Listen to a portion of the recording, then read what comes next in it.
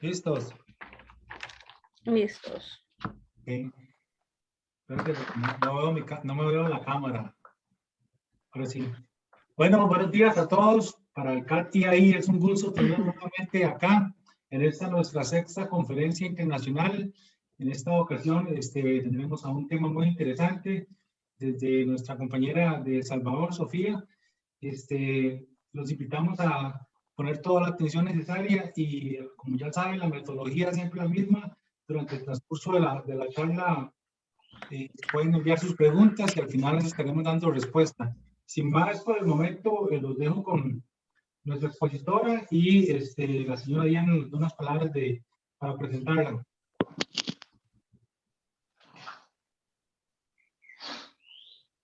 Buenos días. Les habla Diana Fernández. En este momento, pues, tengo el honor de presentar a la expositora, la ingeniero Sofía Mejía, de El Salvador. Ella tiene estudios en Ingeniería en Ciencias de la Comunicación de la Universidad Politécnica de El Salvador. Su experiencia profesional es muy grande. Ella es perito en documentoscopía de la Policía Nacional Civil de El Salvador, perito en delitos tecnológicos de la misma policía, jefe de soporte técnico de la Unidad de Control de Análisis y Tratamiento de la Información de la Policía Nacional Civil. Actualmente es la vicepresidenta del CAD-IEI y también es presidente de la Asociación de Ciencias Forenses de El Salvador, ACFES. Sus habilidades: ha sido docente de la Universidad Nueva San Salvador de El Salvador, ha sido conferencista internacional en El Salvador, Panamá, Costa Rica y Estados Unidos, entre otros. Así que en este momento dejo a la ingeniero Sofía Mejía con el tema de la documentoscopía. Y para el próximo sábado ya se les recuerda nuevamente que va a haber un tema relacionado a la documentoscopía, pero ya con ejemplos prácticos. Así que en este momento dejo a la ingeniero Sofía Mejía. Buenas tardes. Ok, buenos días a todos. ¿Me escuchan? ¿Se escucha bien? Perfecto, ok, perfecto.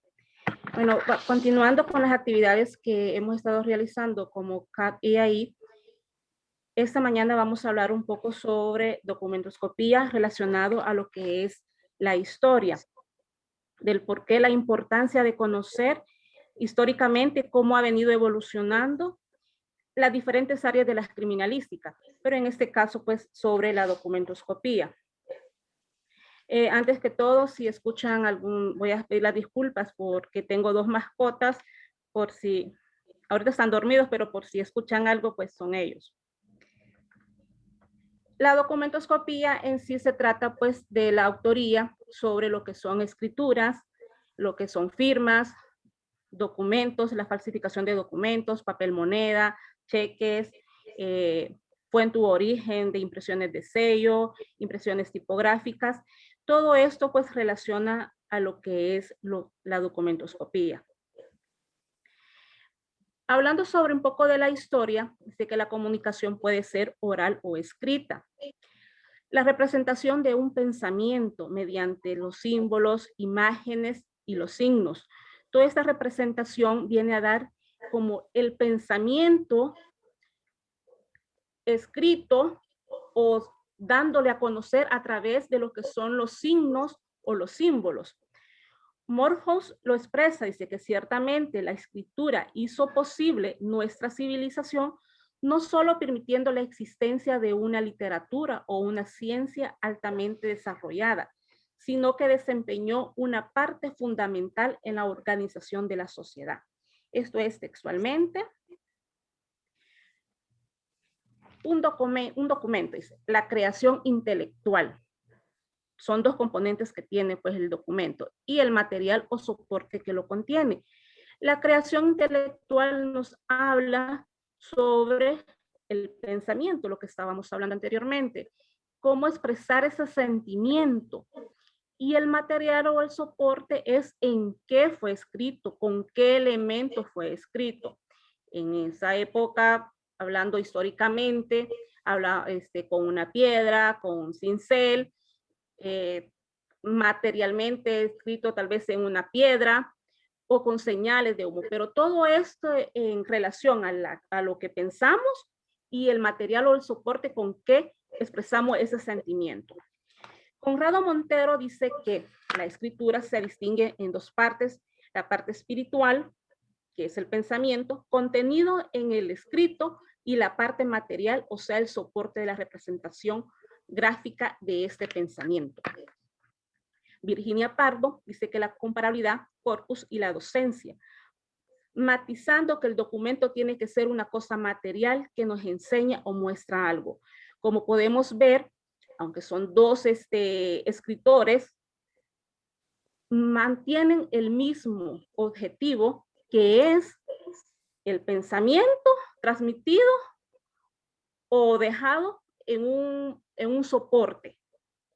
Pensamos y lo mantenemos en un soporte para darlo a conocer. En la evolución de la historia sobre lo que es la documentoscopía, hay 7 periodos. El periodo caligráfico. En este periodo dice que consiste en comparar entre sí las cartas y de concluir con criterios de semejanzas.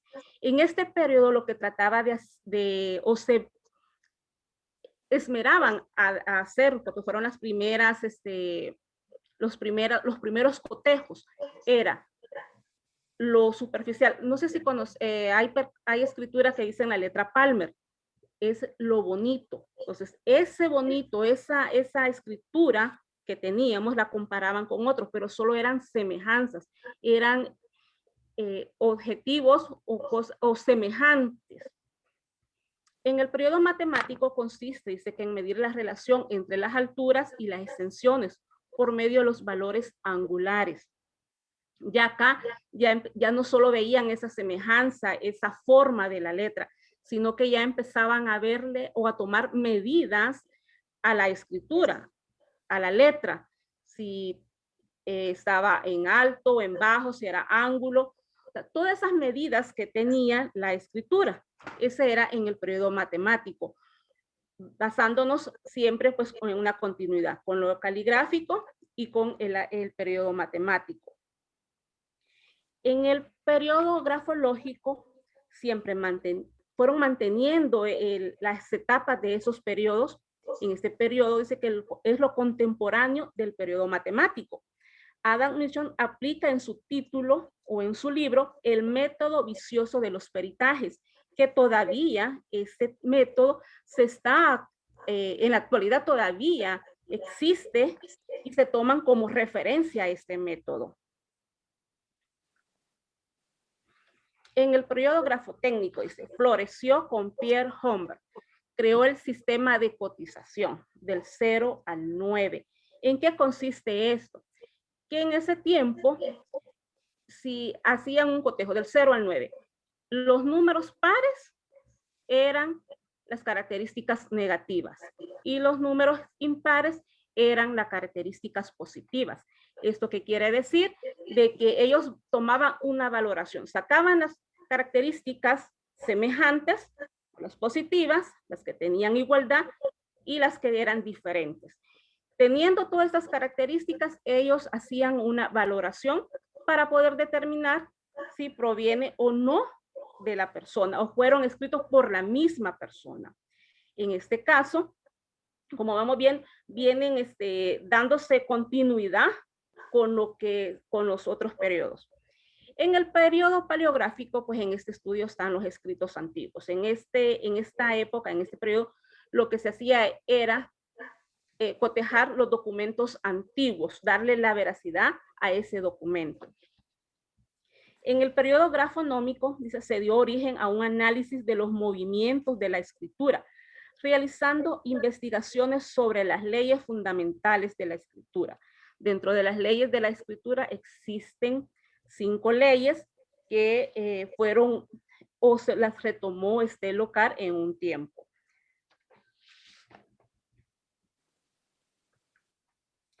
En el periodo científico, dice, que aparecen las tecnologías. Aquí ya empiezan pues con los equipos de comparaciones multiespectrales, que fueron los primeros que se originaron. El DocuCenter, que se dieron la pauta para el progreso gradualmente al peritaje científico. Ya acá, pues en esta época y en este periodo, ya estaban utilizando lo que eran los equipos científicos. Por eso se habla sobre un periodo científico. Ahora vamos a hablar sobre las leyes de la escritura formuladas por Solnay Peyat. En estas leyes está entrando una controversia sobre sobre su fundamento. Dice que la ley de la, permítanme, creo que me salté una. La ley del impulso cerebral. El gesto gráfico está sometido a la influencia inmediata del cerebro. El órgano que escribe no modifica la forma de aquel si funciona normalmente y está adaptado a su función. ¿Qué es lo que estamos hablando sobre esto? Que cuando empezamos a escribir, vamos creando un modelo. El maestro, cuando estamos en la escuela, nos empiezan a enseñar cómo hacer una letra A, cómo hacer. Primero empezamos con signos, con palitos. Bueno, acá en El Salvador, ¿verdad? Que eran las rayitas, los óvalos. De luego viene la escritura. Y en un momento vamos agarrando el modelo del maestro. Acá, bueno, en mi época empezábamos con la escritura, la letra de carta. Primero la de molde, pero era específicamente la letra de carta. Y agarrábamos un modelo. Pero con la evolución, con el tiempo, cada quien va agarrando un modelo de escritura. Y ese modelo de escritura va dejando ciertas características que nos van identificando. Por eso se dice de que en este momento viene del impulso del cerebro. El cerebro es el que le dice cómo va a escribir y la mano prácticamente es un músculo que la orden la recibe del cerebro. Entonces, esta ley está en una controversia porque el cerebro tiene ciertas funciones, el cerebelo, entonces todo eso están queriendo dejar sin fundamento en esto. Cuando yo me inicié como perito, pues nos basamos en estas leyes. Eso no quiere decir de que esas leyes no vayan a recibir alguna modificación, siempre y cuando sean fundamentadas. La ley de la acción del yo dice, cuando se escribe el yo está en acción, el sometimiento casi inconsciente de esta actuación.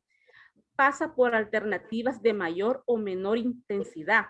Adquiere el máximo cuando tiene que realizar un esfuerzo.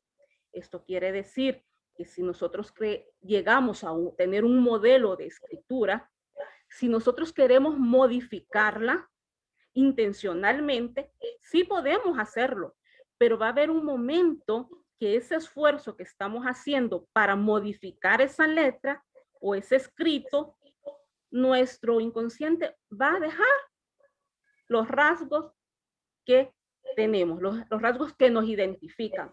Por más esfuerzo que queramos hacerlo, va a haber un momento en que el yo va a dejar y va a plasmar cómo estamos haciéndolo. No podemos modificar un escrito por mucho tiempo. La ley de la marca del esfuerzo. No se puede modificar voluntariamente en un momento dado la escritura natural, más que dejando una señal del esfuerzo realizado para lograr cambiarlo. Como les repito, no podemos hacer o tomar un esfuerzo para poder modificar esa escritura. La ley de la permanencia de los caracteres. El que escribe en circunstancias que le son difíciles realiza instintivamente las formas de letras que lo son más habituales o bien formas sencillas y fáciles de construir. La ley de la individualidad de la escritura. Cada individuo posee una escritura que le es propia y que se diferencia de los demás. La escritura va evolucionando. Cuando nos enseñan, si ustedes retoman en el tiempo cuando ustedes estaban en la primaria, cuando le enseñaron a escribir. Acá, bueno, acá en El Salvador le enseñaban la primordial, era la letra de carta, pero cuando vamos ya adquiriendo nuestra escritura, hay personas que dicen, no, la letra de carta no me gusta, o esa misma es más difícil, y agarran lo que es la letra de molde. Y ahí, esa es una característica de forma que van dejando. Entonces, luego van dejando las características propias. Es más, hay teoría que dice que podemos heredar el escrito, heredar de nuestros padres la forma, no lo que nos individualiza. Podemos adquirir el modelo de nuestros compañeros, de nuestra maestra, de nuestros amigos, o si nos gusta, o sea, uno va adquiriendo un modelo de escritura en lo que son las características semejantes, pero ya en lo que nos individualiza, eso ya es muy propio, porque según las leyes en las que estamos regidas en la escritura, viene del cerebro y ese manda un impulso al músculo, que sería en este caso nuestra mano. También se dice de que si nosotros llegamos a perder la mano, podemos llegar a tener el mismo modelo, las mismas características con la mano izquierda o viceversa. O sea, si son derechos, con la izquierda, y si son izquierda, pues con la derecha. Aún dicen de que también con los pies, cuando se escriben, o sea, vamos adquiriendo el mismo modelo porque es el cerebro que manda el impulso. Como les digo, ahorita hay algunas controversias sobre estas leyes, si realmente es el cerebro quien manda el impulso. Por eso es importante conocer la historia de cómo se viene originando la escritura, porque en un momento, en una vista pública, el peritaje puede estar bien, puede estar formulado y la conclusión excelente, y en la forma en que lo están haciendo, pero ¿en qué nos estamos fundamentando? ¿Cuál fue nuestra base? Si no sabemos o no conocemos cuáles son los principios o de dónde viene, alguien nos puede contradecir ese fundamento. Si hay una controversia con estas leyes, tenemos que conocer cuáles son y por qué, y si realmente están bien fundamentadas. Porque nos pueden llegar a cuestionar en un momento el peritaje. Hay muchas definiciones sobre lo que es documentoscopía, pero si vemos todas esas definiciones llevan al mismo objetivo, que es identificar al autor o los autores de un hecho, pues. Dice que es una disciplina que tiene como finalidad el estudio y análisis de documentos desde el punto de vista material, no estudiando sus aspectos ideológicos, sino que es ya lo específicamente ya el material, la forma, la peculiaridad que tiene ese escrito. Sus objetivos, dice, determinar la autoría del contenido de los documentos, determinar la naturaleza o constitución del material utilizado para su confección. Estas son partes pues, de algunas definiciones. Dice que documentología, algunos propusieron, dice, denominar documentoscopía como el estudio integral del documento moderno, desde el punto de vista de su autenticidad. Grafotécnica tiene por objeto el estudio de la autenticidad del documento moderno. Documentoscopía o documentología es la disciplina relativa a la aplicación práctica y metódica de los conocimientos científicos, teniendo como objetivo verificar la autenticidad o determinar la autoría de los documentos. Como bien, todos llevan hacia el mismo objetivo, que es determinar la autenticidad. Eso, el nombre de cómo lo podamos, documentología, grafotécnica, documentoscopía, va a depender de cada país, de cómo, pues, o qué son los criterios que llevan, pues, a tener ese nombre. En El Salvador, el principio se llamaba la sección de grafotécnica, luego, pues, cambió a lo que era la sección de documentoscopía. Entonces, todo eso va a depender en el país en el que estemos y de cómo es que se quiera denominar pues, a la sección, pero siempre teniendo el mismo objetivo. Habla que tiene que ser metódica, lógica y dinámica. Metódica, ¿cuál es el problema? ¿Cómo vamos a encontrar ese problema? ¿Cómo vamos a resolver? ¿Cuál es el método? Y el resultado que vamos a obtener en el análisis.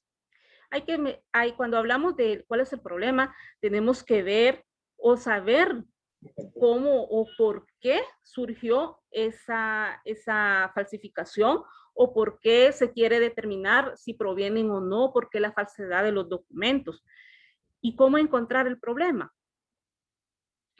Les voy a contar una experiencia que tuve en relación a un caso. La persona a la que le estábamos tomando muestras nos dice, no puedo escribir. Yo no sé escribir. Cuando empezamos a la prueba, claro, él empezó con temblores, despacio, todo lo que puede ser de que una persona no podía escribir. Pero, ¿qué es lo que tenemos que hacer? Empezamos a revisar el expediente. La persona había llegado a firmar algunas actas ahí y había dejado una autenticidad, una habilidad en unas letras que tenía. Entonces, alguien que no sabe escribir no va a tener esa habilidad en los rasgos. Entonces, tenemos que ir viendo cómo encontrar la solución cuando nos dicen, no puedo escribir. O sea, yo no le puedo decir si sabe o no sabe, porque no. Pero hay formas o hay métodos de cómo poder determinar si esta persona realmente está diciendo la verdad o no. Lógica. Observar lo que todos ven y descubrir lo que nadie ha descubierto. Hablamos de las formas, de cómo, o sea, cuando hablamos de la caligrafía, la forma de cómo escribimos. Pero cuando vamos a descubrir, eso que hay que descubrir es la peculiaridad que tiene cada persona. Eso que va a identificarnos, ese pequeño rasgo que dejamos plasmado, eso es lo que tenemos que descubrir, no la forma, sino que ese pequeño detalle, eso que nos identifica, es lo que vamos a ir a buscar. Dinámica, con la experiencia que vamos adquiriendo, los peritos, independientemente del área que desempeñemos, cada quien va a agregar o quitar metodologías. Con esto les quiero decir de que habrán personas que se van a ir por el método más largo y otros por el método más corto. Pero ¿cuál es el fundamento? Que tenemos que estar convencidos de lo que estamos haciendo o de lo que vamos a decir. Si para poder estar convencidos yo me tengo que ir por el método más largo, hagámoslo. Porque quien va a ir a defender ese peritaje es usted, independientemente el área o la disciplina. Es usted el que va a defender. No pretendamos irnos por lo más corto, solo por salir. Si estamos convencidos y estamos claros qué es lo que así es el resultado, está perfecto. Pero si tenemos dudas, vámonos por el método más largo. Preguntemos. ¿Tenemos dudas? Preguntemos. Pero tenemos que estar convencidos del resultado que vamos a dar. Porque somos nosotros los que vamos a defender. Es usted el que va a ir a defender el caso. No es a la persona que le pidió ayuda, no es por el método más corto, no es por el método más largo. Es que usted tiene que estar convencido de lo que está haciendo, de lo que ha visto, de la forma en cómo está resolviendo ese problema. Dice que es importante que las personas no especialistas en esta área de documentoscopía conozcan los tipos de análisis que se realizan. ¿Del porqué de ello? Hay muchas personas que desconocen la forma en cómo vamos a solicitar esa pericia, que desconocen todo esto. ¿Y qué hace que si estas personas conocen? Que se nos facilite a nosotros, como peritos, la obtención del material de comparación, el material dubitado, o cómo vamos a llevar, o cómo ellos van a llevar la línea de investigación. Y con esto pues se va a dar con una mayor exactitud y así poder agilizar los procesos penales. Si la persona desconoce, si el fiscal o el abogado desconoce, hay que preguntar. Con preguntar, yo siento que la comunicación entre el perito, los fiscales o quien esté solicitando el peritaje, porque no solamente la parte acusatoria puede pedirlo, ¿verdad? Sino que también el que está defendiendo al imputado puede solicitar una pericia.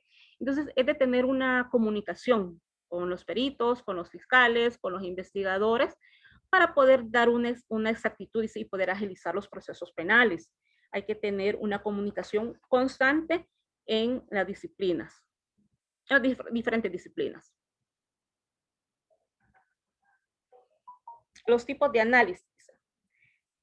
Autoría de escritura manuscrita, autoría de escritura mecanográfica, las firmas, la falsedad de un documento, las alteraciones, la fuente u origen. La autoría de escritura manuscrita. Ahí vamos a determinar si provienen o no del mismo puño. La autoría mecanográfica, aunque ya casi son pocos los escritos que hay, pero eso, hay escritos que al final se van a hacer escritura antigua, porque ya no hay, ya es poca las personas que utilizan este tipo de equipo, que es la, bueno, de la escritura mecanográfica. Las firmas, autenticidad o falsedad de un documento, estamos hablando de pasaportes, papel moneda, las cédulas, el DUI, el documento de identidad pues, de cada país, las alteraciones en un documento, la fuente u origen, pues que estaríamos hablando de las impresiones de sellos. O también podríamos hablar de, por ejemplo, de los cheques. Hay cheques que presentan medidas de seguridad o documentos que presentan medidas de seguridad. Pero ¿será que ese es el documento que la institución está, por decirlo así? En este caso, en El Salvador tenemos el documento único que es el DUI. ¿Será que esa empresa que está dando el DUI y hay otro DUI que tiene las mismas características, pero será de la misma fuente? O sea, todo eso hay que investigar y son comparaciones que se tienen que realizar. Hay que tener permítanme que ya me salí de acá. Ok. En el estudio de la escritura, estamos hablando de los elementos estructurales, las dimensiones, si son grandes, son normales, si son pequeñas, si son comprimidas, si son filiformes. Estas dimensiones, ustedes podrán decir, bueno, son tanjantes o no con las medidas. Si es más de 3 milímetros, si es menos, son pequeñas. Esto es algo bien superficial, podríamos decir, porque yo puedo hacer mi escritura grande, la puedo hacer pequeña, pero ¿cuál es la constante en nuestros escritos? Ahí es donde viene también cuando se toma una muestra del historial gráfico. ¿Cuál es nuestra constante de escritura? Pues si la hacemos grande, la hacemos pequeña, la hacemos mediana. En un momento, pues yo la puedo hacer grande y mantenerla, pero no es mi constante esa. Mi constante es de que mi escritura es pequeña. La forma puede ser sencilla, complicada, elegante, angulosa, curva, regresiva. O sea, todo esto también lo vamos a hablar sobre la constancia. Dirección horizontal, descendente, ascendente, imbricada. La presión tensa, floja, débil, empastada, nítida. Inclinación vertical, inclinada a la derecha, a la izquierda. La cohesión, calidad e intensidad en los enlaces, ligada, unida. Estas son características de la escritura. Ahora bien, hay una característica que habla sobre la presión. si está tensa o está floja. Todo va a depender también el lugar donde estamos escribiendo. Si estamos de pie y escribimos parados, o estamos escribiendo y estamos sentados. Si estamos escribiendo sin un soporte, o sea, si solo tenemos, por decirlo, una hoja y empezamos a escribir y no hay un soporte, va a ser diferente la forma como, o la presión que va a quedar si hay un soporte o no lo hay. Entonces, todo eso hay que tener también en cuenta a la hora de un análisis, de cuál es el soporte o dónde estamos escribiendo, o si vamos haciendo de repente alguien va manejando y va en circulación y va escribiendo. O sea, puede quedar una escritura débil ahí, que no haya con mucha presión. Entonces, todo eso son elementos que hay que tener en cuenta a la hora del análisis. Elementos constitutivos, trazos, la forma, parte esencial de las letras, ascendentes, descendentes, si son gruesos. Los rasgos no forman parte esencial de las grafías. Inicial, final, de enlace, de adorno, proyectada, golpe de sable. Puntos de ataque, dice, los puntos inicial de la grafía, apoyada, cerrado, engancho. Punto de escape o final, coincide con el último movimiento gráfico si son similares a los iniciales. Jampas y jambas, cortas o largas. Caja caligráfica está formada por dos líneas tangenciales a la parte superior e inferior de las letras. Con esto, ¿qué es lo que se pretende? Si hablamos de los trazos, es la forma, parte esencial de la letra. Si son ascendentes, si van hacia la derecha, hacia la izquierda, si son gruesos, si son débiles. Cuando hablamos de rasgos, es el punto inicial. ¿Cómo vamos? O sea, son los rasgos iniciales. ¿Cómo iniciamos? La escritura, empezamos a verla desde el momento en que nosotros ponemos el lápiz o el elemento escritor. Desde ahí empezamos a dejar ya los rasgos muy propios de nosotros. Ahí donde hablamos de los que si están en arpón, que si están en gancho, que si bien que eso es un hilo. Cuando hablamos hilos son así como que, ¿cómo decirles? Como son unos hilitos de tinta, pero que todavía el elemento escritor todavía no ha plasmado no ha puesto en el papel, sino que son hilitos de tinta, que también puede ser que el tipo de elemento escritor sea con una tinta bastante, ¿cómo decirle? Abundante a la hora de que sale la tinta, y eso deje esos hilitos de tinta y no sea una característica que lo individualice, sino que es el elemento escritor que está dejando eso. Entonces, todo eso, repito, hay que tener en cuenta a la hora del análisis.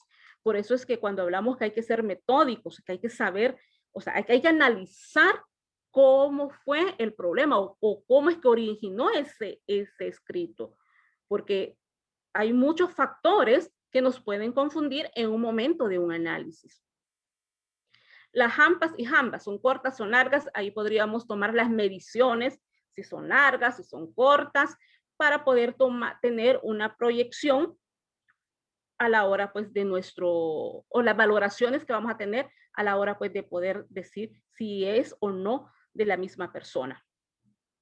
La caja caligráfica, pues esto consiste en el tamaño de todo el escrito, si hablamos en firmas. Podrían ustedes hacer un ejercicio o ver, pues si hacen algún informe, una pericia, está su nombre y lo firman. Fíjense en qué momento o a dónde inicia esa firma. Por ejemplo, vaya sido Sofía Magdalena Mejía. Casi siempre empiezo en la letra O. Ya automáticamente, o sea, yo no lo estoy pensando, sino que a la hora de firmar, ahí es donde yo empiezo. Ahí es donde yo empiezo a hacer mi firma. Entonces, eso también a la hora del estudio, a la hora de la que tomamos la caja caligráfica, ahí podemos, es un elemento más al análisis. No es definitivo, pero sí es una constante que podríamos tomarla en cuenta.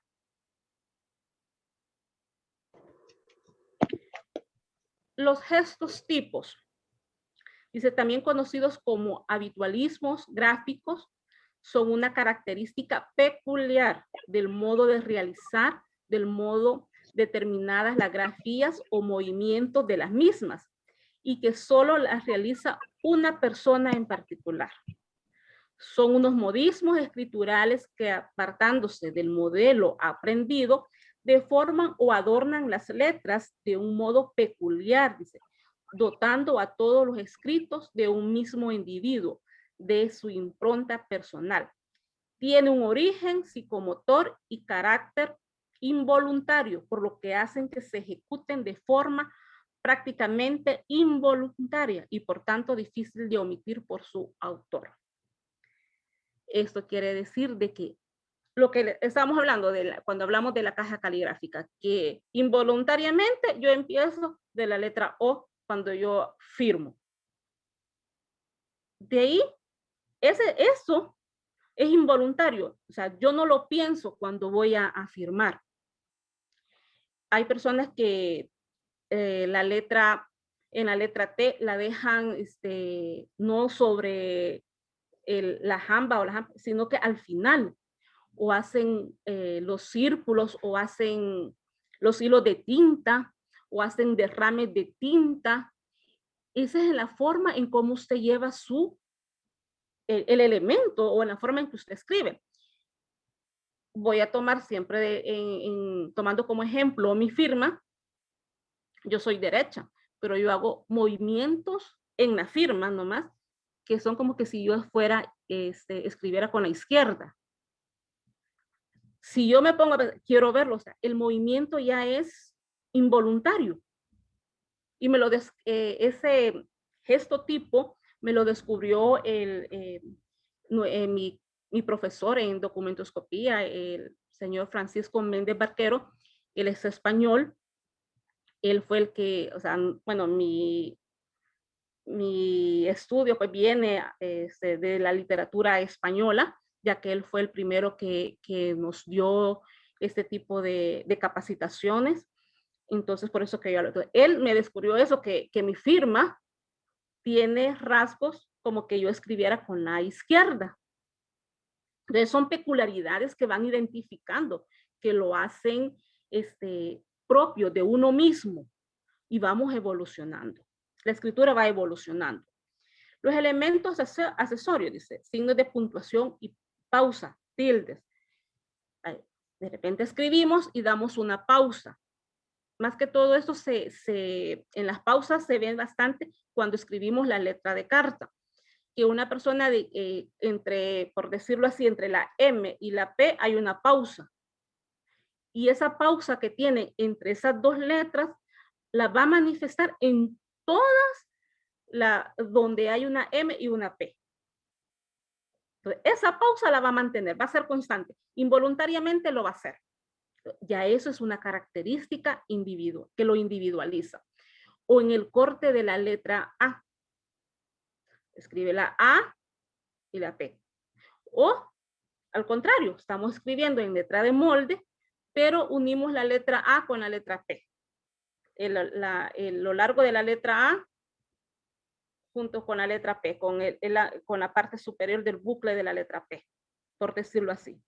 Ese viene siendo de los gestos tipos, vienen siendo pausas, o vienen siendo que hay una unión de letras y la letra E de molde. Entonces, esas uniones o esas pausas van también a identificar o van a individualizar el escrito o la letra. Hablamos de algunos ejemplos morfológicos de las grafías. Si hablamos de las largas, si están empastadas, hay personas de que hacen las letras bien empastados, hay como un derrame, no es derrame de tinta, sino que unidas el óvalo, entonces eso hace que se vea empastado. Lo hace ángulos en la parte superior y óvalo y curvo en la parte inferior. O al contrario, o hace varias, como que fueran dos letras en una A, que hacen un medio, digamos que un rizado o un colochito dentro de la letra A. Entonces son características morfológicas que van adquiriendo. La forma de las letras M, que al principio, bueno, si son la letra S cursiva, pues dejan un montón de colochitos en las letras, esos son adornos. Esas son unas partes, pues, de lo que es la morfología. Ese ejemplo de características de escritura: extensa, floja, presionada, empastada, temblorosa, brisada, fragmentada. Voy a tomar en cuenta la palabra de cuando la escritura es temblorosa. El hecho de que la escritura sea temblorosa no quiere decir que estamos ante una falsificación. ¿Por qué? Una persona puede ser víctima de una estafa en relación a su firma, más si firma Sofía Magdalena Mejía Martínez, que hay personas que firman con su nombre, esa es la firma, y tenga temblores. Eso no quiere decir que está tratando de falsificar o autofalsificar su firma. Puede estar nerviosa ante un hecho que es nuevo para esta persona. Bueno, cuando vamos a hablar en público, de repente podemos tener miedo, la voz se nos escucha como que, ay, temblorosa. No quiere decir que son signos de falsificación. Puede ser que tenga una enfermedad. El alcoholismo hace que las personas, que su músculo sea tembloroso. En el momento que escribió, si hablamos pues de que la firma objeto de estudio esté toda distorsionada o que firmó bajo una presión de amenaza o bajo una presión de que una enfermedad o porque necesitaba esa plata, y hay muchas cosas que pueden alterar y hacer que la escritura aparezca con temblores. Y no quiere decir que estemos ante una falsificación o ante una, que no quiere disfrazar esa letra. Hay que tomar mucho en cuenta eso a la hora de tomar las muestras. Preguntar si no está bajo presión, si no tiene alguna enfermedad, o si no ha tenido alguna enfermedad. O sea, todo eso hay que analizarlo antes de tomar pues una decisión si el temblor pues realmente es signo de falsificación o por otro motivo. Alteración en la escritura. Se considera alteración de la escritura la transformación literal generada por una motivación real y efectiva sobre el estado emotivo de su anónimo y que posteriormente se verá reflejado en un soporte. Si esa transformación es voluntaria y con una finalidad delictiva, nos encontramos con una escritura fraudulenta. Si la transformación es de otra índole, no fraudulenta, será una escritura normal o accidentada. Es lo que estábamos hablando. Causas que afectan a la escritura, voluntarias. Invenciones creadas con una finalidad, anónimos, escritos de contenido diverso, que carecen de un autor. Presentan complicación los que realizan con las letras de imprenta, la tipográfica, versales, cuadradas, con palotes, etc. Los cuerpos de escritura serán con el mismo tipo de letra y bastante extensos. Valoremos principalmente los elementos y accesorios. Involuntarias son formas gráficas que aparecen de modo temporal en un escrito auténtico y permanecen hasta que desaparece la causa que la motivó. Pueden ser circunstancias o causa de tipo endógenas, patológicas o exógenas, posición del autor, factores ambientales, soporte gráfico, útil, escritural y tinta. Es lo que estábamos hablando. O sea, están las falsificaciones voluntarias y las involuntarias, que tenemos que tener mucho cuidado a la hora de poder emitir una conclusión ante este tipo de, podríamos decir, de escritos donde hay temblores o hay otras causas pues que nos puedan llevar a no tener ¿cómo decirle? A esa forma de fraudulentos, si son empastadas o si son temblorosas. Hay que tener mucho cuidado a la hora de emitir un dictamen con ese tipo de escritura. El que falsifica según su intencionalidad puede intentar de enmascarar, disimular o deformar sus grafías. El caso típico, el de los anónimos y autofalsificaciones. Letras o trazos inclinados, cambio de mano, torsiones, faltas de ortografía, voluntarias, etc. Eso es también otro bien importante, la ortografía, que al final esa parte de la falta de ortografía puede llegar a ser algo peculiar de una persona. Porque si esta persona tiene una ortografía malísima y a la hora de cuando envía un anónimo que piensan de que pueda ser que le está achacándole a esta persona, es algo, no, si esta persona tiene una mala ortografía y este anónimo una ortografía excelente, o sea, porque es bien difícil querer cambiar algo que ya estamos o que ya tenemos ese hábito. Si tenemos un hábito de tener una mala ortografía y aparece un documento con una excelente ortografía, también puede ser un parámetro pues, para poder tomar una decisión a la hora de emitir una conclusión.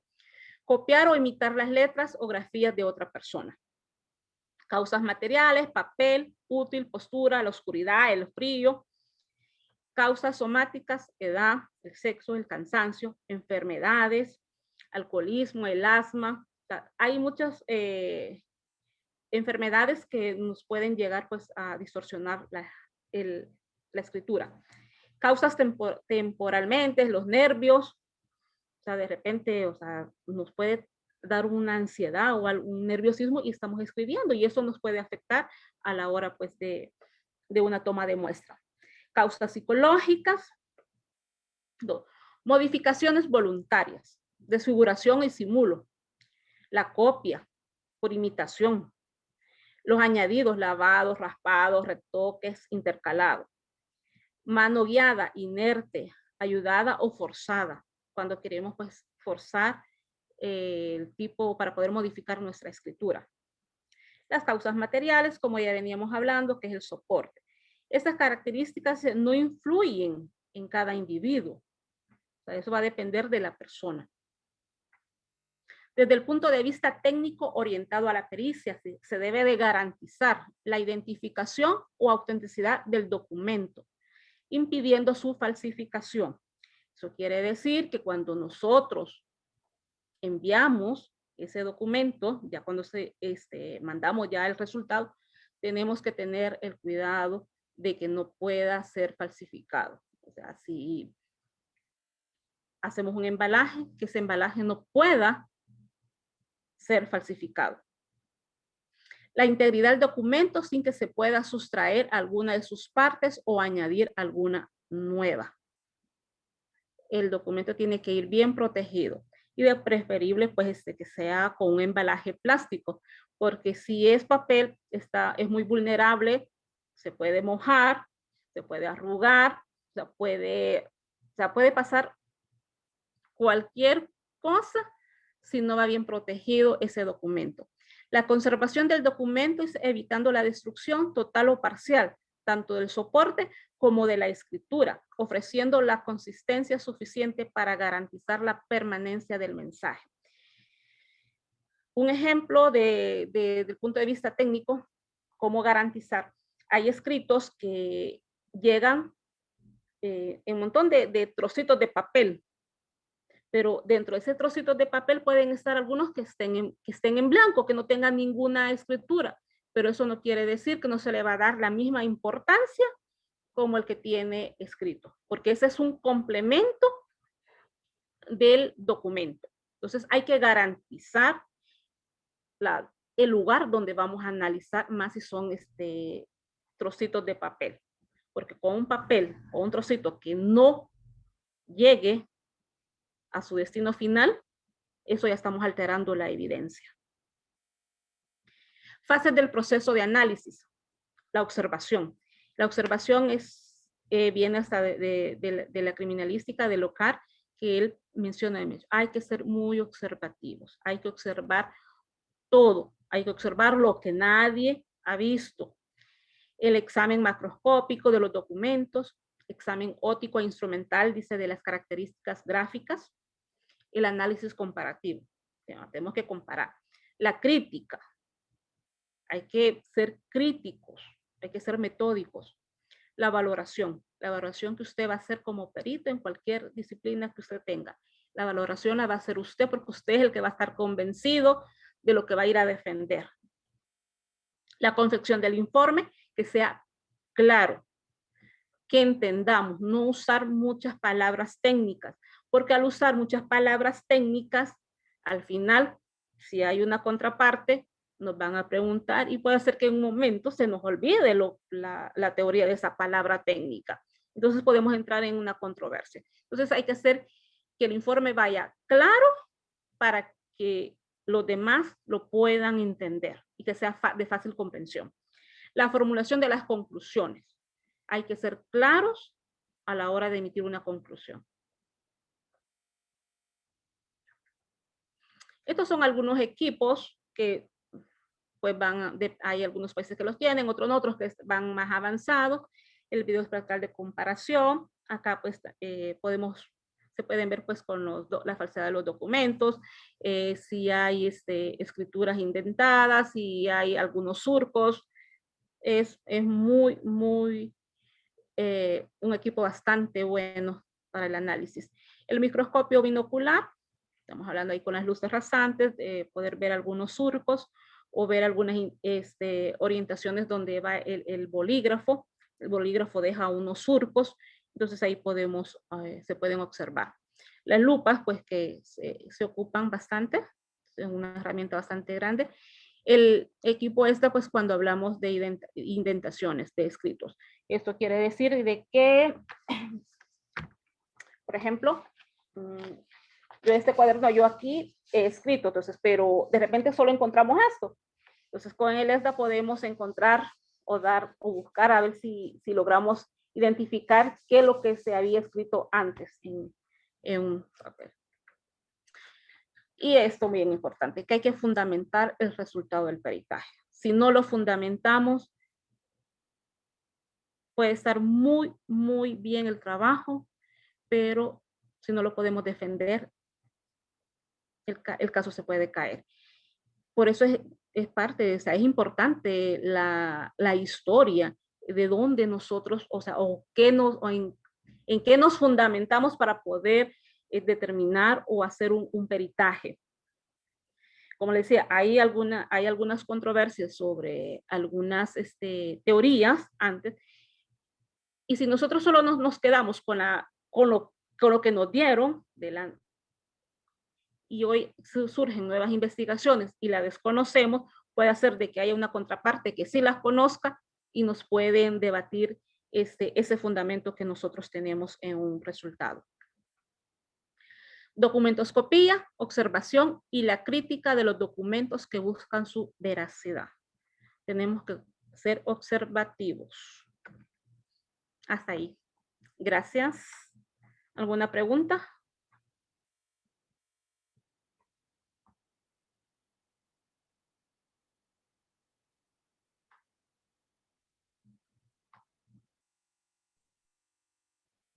Maestra, una preguntita nada más. Entonces,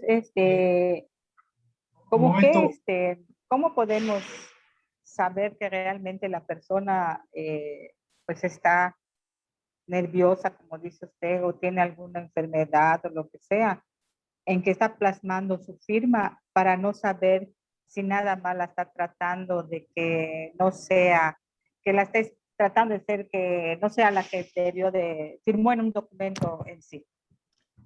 Bueno, voy a ver si entendí la pregunta y voy a contestar, y si no es así, pues me hacen saber.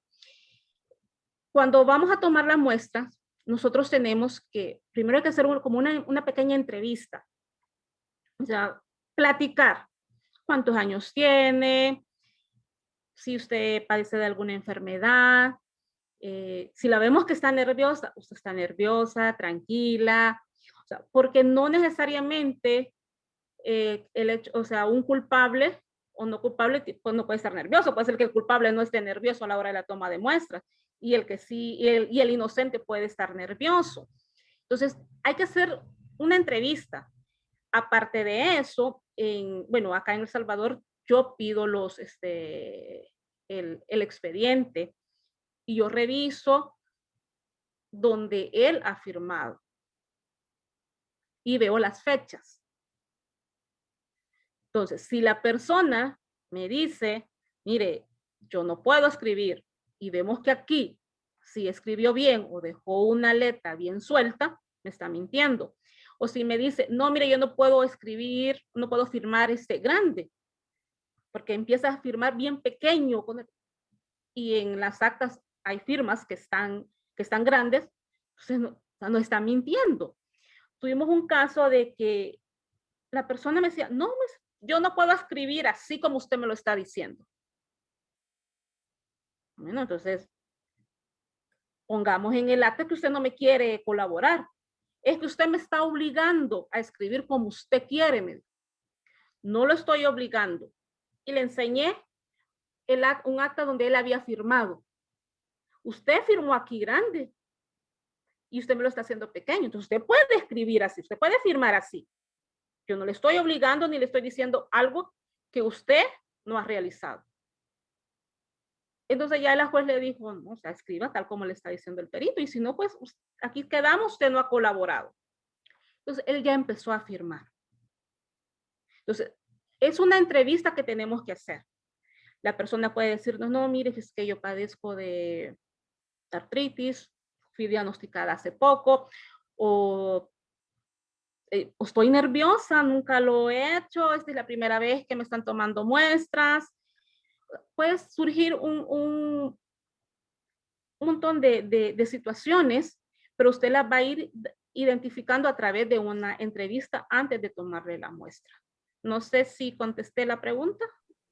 Muy bien, maestra. Muchísimas gracias y felicidades. Gracias. Gracias, Sofía. Tenemos 3 preguntas más. La primera es si puedes ampliar la definición de jambas y jambas. Ok.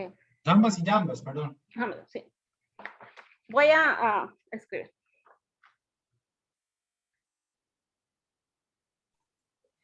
Bueno, si quieres te digo la otra pregunta también. Ajá.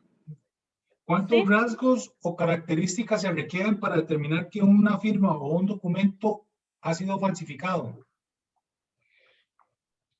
Bueno, voy a contestar esa y después vemos lo de las jampas, cuáles son. Ahí hablamos de la valoración.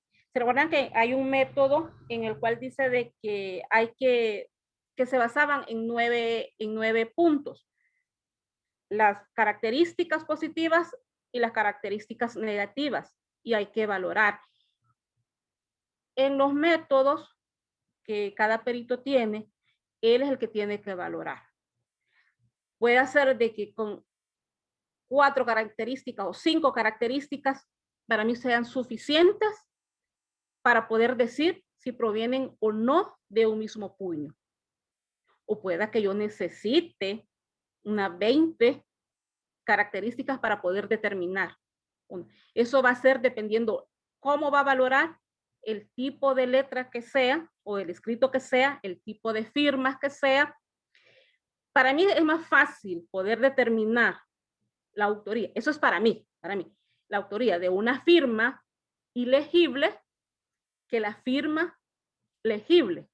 ¿Por qué? Porque la ilegible solo son trazos y esos trazos van a ser fundamentales. Muy difícilmente alguien va a poder falsificar el 100% de una firma ilegible que solo sean trazos y trazos y trazos a una firma que sea que lleve bastantes letras, que estén bien definidas, que sean legibles. Okay. Entonces, la valoración la va a hacer el perito. ¿Cuántas características pueda concluir? Ok. Otra pregunta dice, ¿esa especialidad también puede ser aplicada en la vía civil? Por ejemplo, cuando se habla de una persona que ha firmado un documento y este niega que sea su firma. Sí, en la vía civil. Acá en El Salvador se trabaja en el área civil y penal. Ok, otra pregunta. ¿Cuáles son los clientes del laboratorio? ¿Podría ser la Fiscalía General o también en el ámbito privado? Las dos cosas, fiscalía y el ámbito privado. Ahí va a depender si en lo privado, o sea, el abogado quiere un análisis más pronto, pues lo puede hacer. Puede solicitarlo. También lo puede solicitar la parte defensora, porque tal vez al imputado se le está atribuyendo tal vez una firma o un escrito y él no sea, entonces sí lo puede también pedir la parte defensora. Ok, otra pregunta, ¿qué sucede si no cuentan con un documento original? ¿En qué casos aplican el cuerpo de escritura? Bueno, si no se cuenta con el documento original, sino que solamente con una fotocopia, hay limitantes dentro de la fotocopia. Porque va a depender la claridad de la fotocopia y qué tanto sean los rasgos que puedan individualizar a la persona o no. Entonces, eso es bien, todo eso depende. Sin embargo, si podemos determinar que la persona no es quien escribió, o si es la que escribió o no firmó, se va a decir, y el resultado es que provienen del mismo puño, pero no vamos a decir que el documento sea auténtico o que la persona firmó ese documento.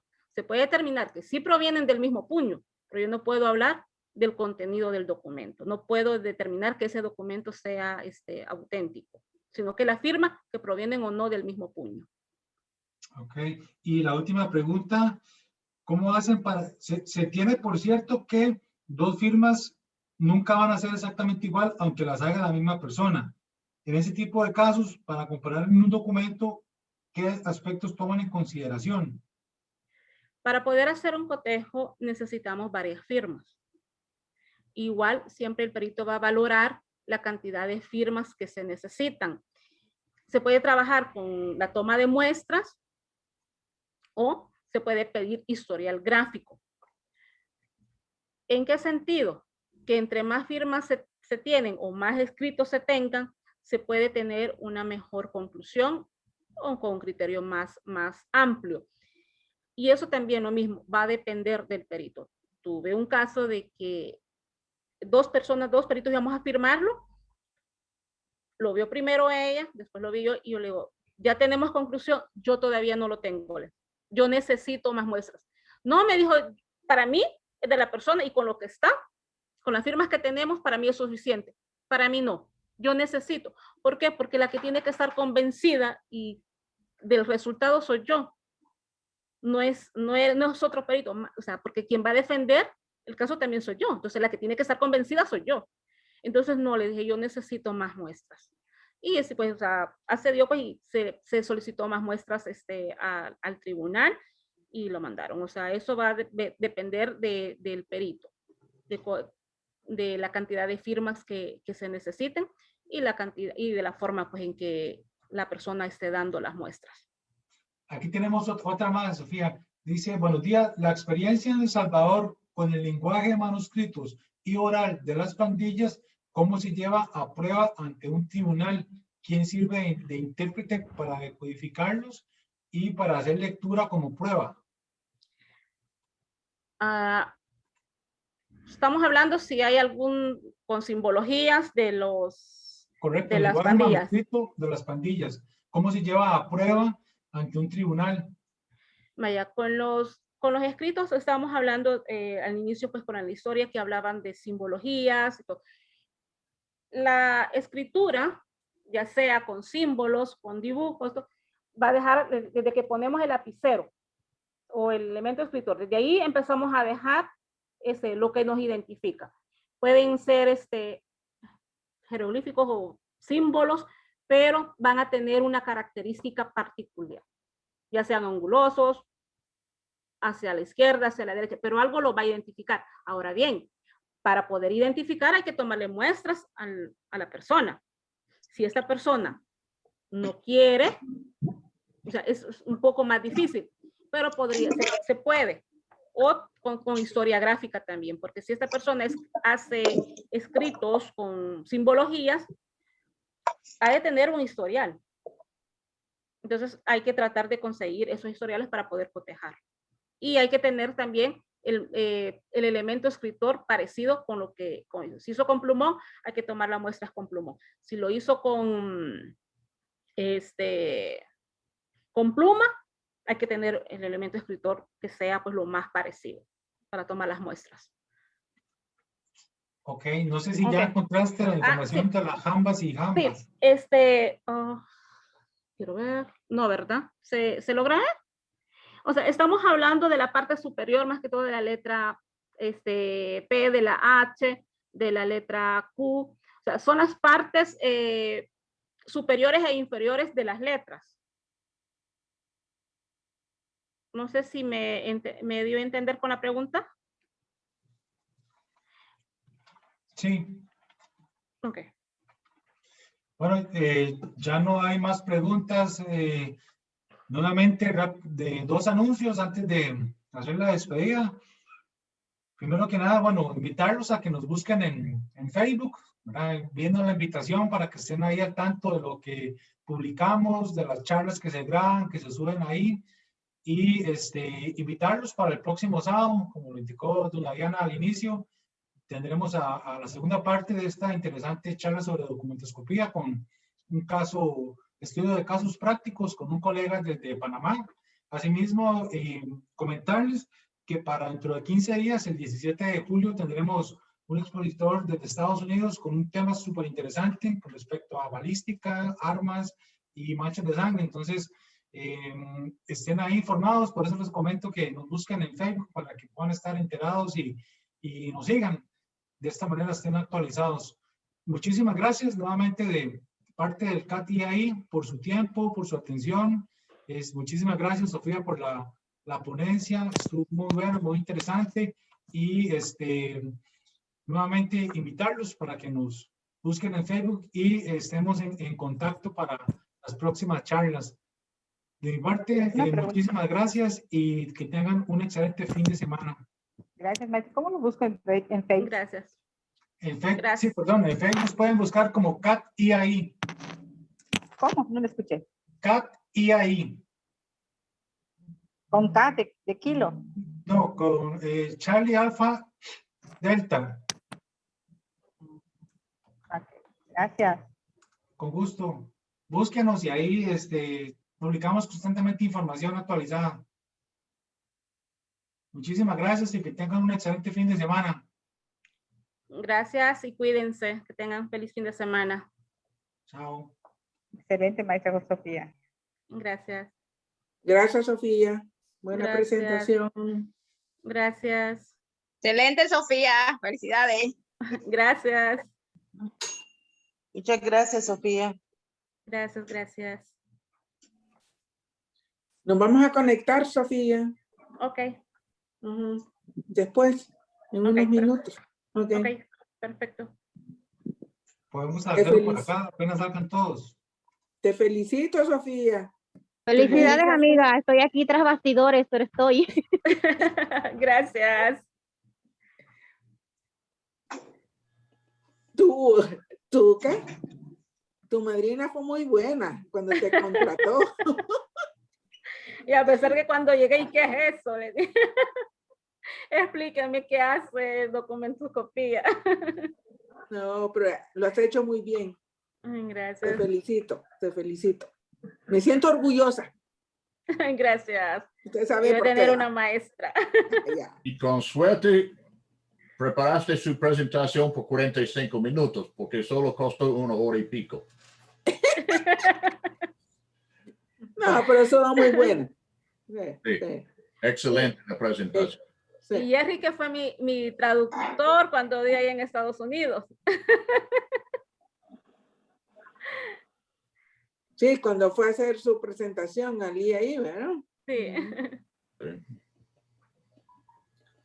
No, muy bueno, muy bueno.